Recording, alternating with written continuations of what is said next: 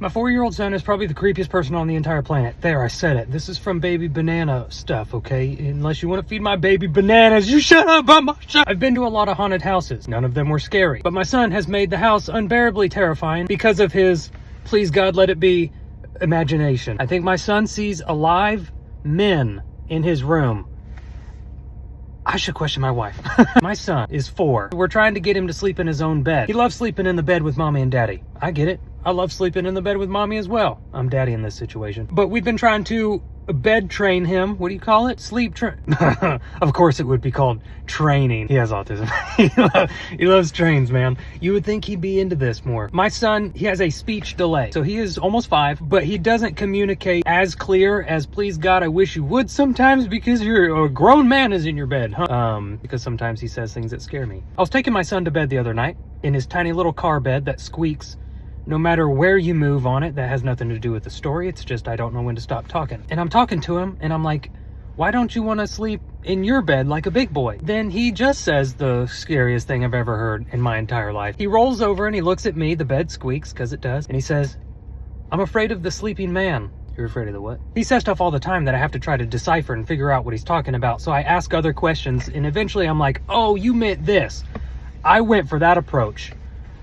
Spoiler, I never got to the point of, oh, this is what you're talking about.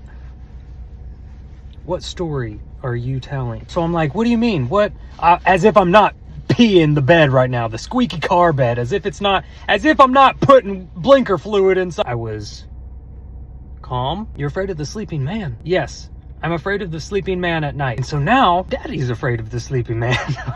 Okay, it's kind of scary because now he's starting to fall asleep because daddy's in bed with him. Daddy's got to make the walk over to my bedroom in the nighttime where the sleeping man is. He did, however, specify that the sleeping man stands in the corner of his room and watches him sleep. And I wasn't going to stick around to see who it was.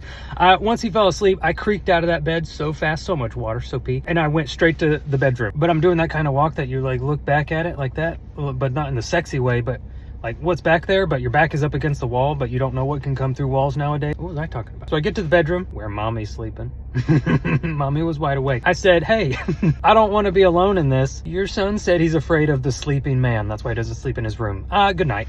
And then she didn't like that because I had to leave the next day for work and she was all alone with the sleeping man. Oh my God, does the sleeping man also like to sleep in the bed with my wife? So my son is afraid of the sleeping man. I'm afraid of my son. Period. And I don't know what my wife's up to. And I've had it up to here with that, okay?